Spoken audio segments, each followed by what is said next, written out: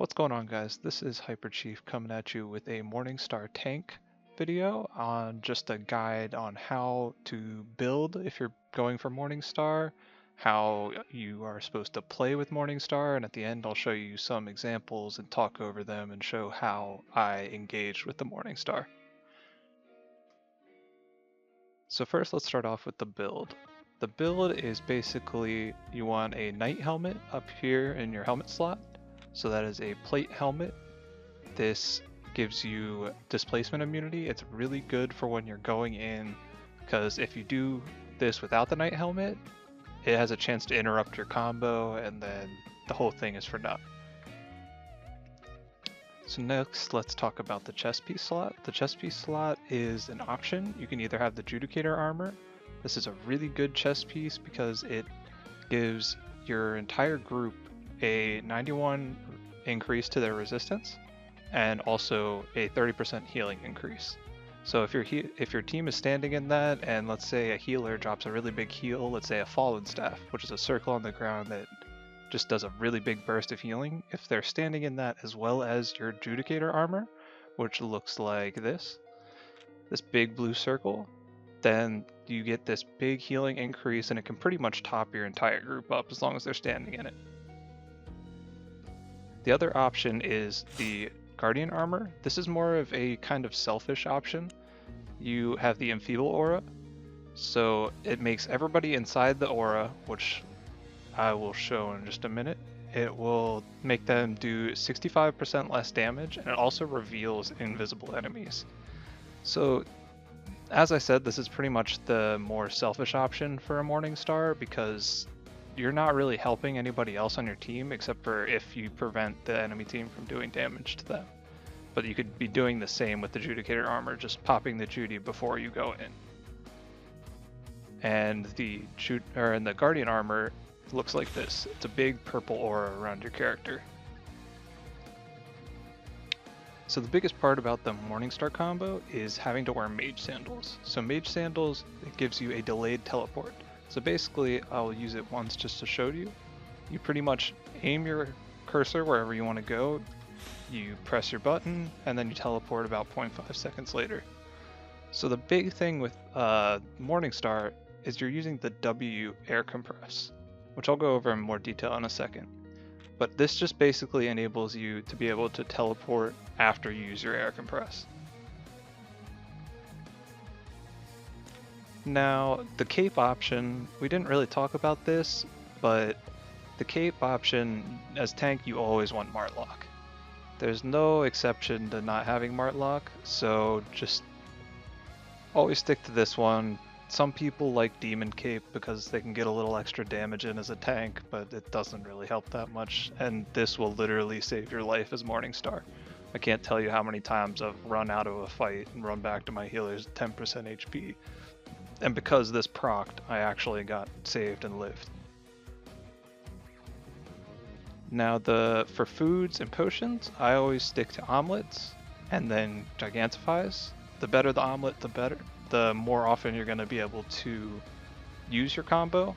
So it's just a win-win situation. And you don't really need the health. Like right now I'm sitting at 3k health.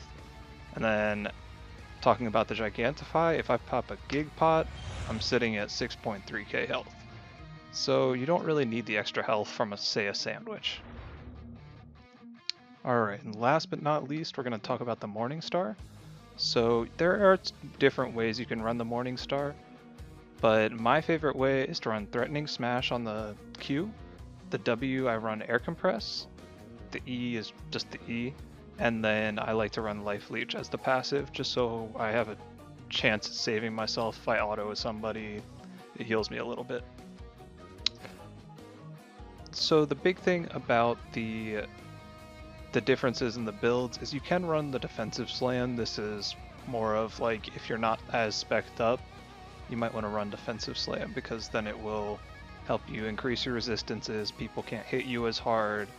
You're able to stay in there longer, but I personally don't have a problem with that, and I know my limits on when I can stay in and when I have to get out. The other option is some people run Snare Charge. This is really not as good, but in certain situations it can be better. It's basically better if you're, let's say, dungeon diving. You're not going to be able to as like easily commit to a like solid air compress. So you would want to have that gap closer to snare charge onto somebody. Now let's go over the combo with this. So first you want to use your Night Helmet, and then next thing you would do is you'd pop your delayed teleport and right afterward air compress. So there is a little bit of a delay on when you use your air compress and when it actually goes off, and that's called stand time. So you pretty much can't really use it. Actually, let's use an omelet just so we can have cooldowns up a little bit faster. So we never really went over the E on the Morningstar, but the E is it roots the enemy in place for 4 seconds, and they're continued to be rooted for 1.5 seconds after you cancel or the channel ends. It also ignores crowd resistance. So let's say somebody pops a Night Helm. This extra crowd resistance that they have, 102 crowd resistance, is not going to help them.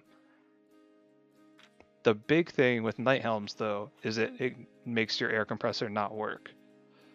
So you have to pay attention to that when you're playing Morningstar.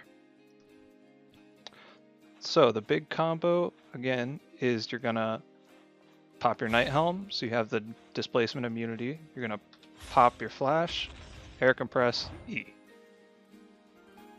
And that allows, as soon as your air compress goes off, you're gonna channel your air compress over here, but you actually cast it over here. So let's say this post right here that I'm standing on is the enemies. I can be over here and fake them out by one, popping my Night Helm, going this way, use that, boom, they're all rooted on top of me. So it looks like I'm running away, but a trained eye will see that I used delayed teleport, but most people don't see that. And then we can throw in, you pop your Night Helm, you go back to your backline, pop your Judy, go in, boom, enemy's locked down again. So you can do all this, and then even afterwards, if you're not lagging or whatever, you can throw a Q in, make sure you hit enemies, and then run back to your backline, get saved. Because the big problem with this build is you're not very defensive. You're all offense. So you have to have good healers if you're playing Morningstar, which thankfully in Blue Army we have some of the best healers in the game. Alright, so now we're going to go over some previous PvP footage of Morningstar. So as you can see, I'm still running the same build I was running in the intro. Now, right here you can see I blink in, I get the air compress, use my E, full channel, and in the time that I channeled that, all of the people are able to get killed by my DPS. Here we get a little messed up, and so we all run back up the choke, but in turn we killed about, I think, maybe 15 people there, and we lost one person. Alright, so we'll show you again. This is another version of me doing the same exact combo. This time I forgot Night Helm, so this is an example of what happens if you don't use Night Helm. Here I Gig Pot, I blink in, do the air compress, I got booped.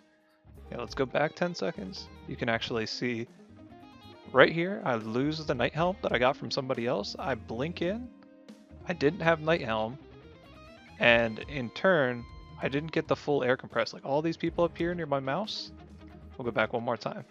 You see me blink in, all these people that would have been hit by the air compress didn't get hit because the air compress didn't actually go off.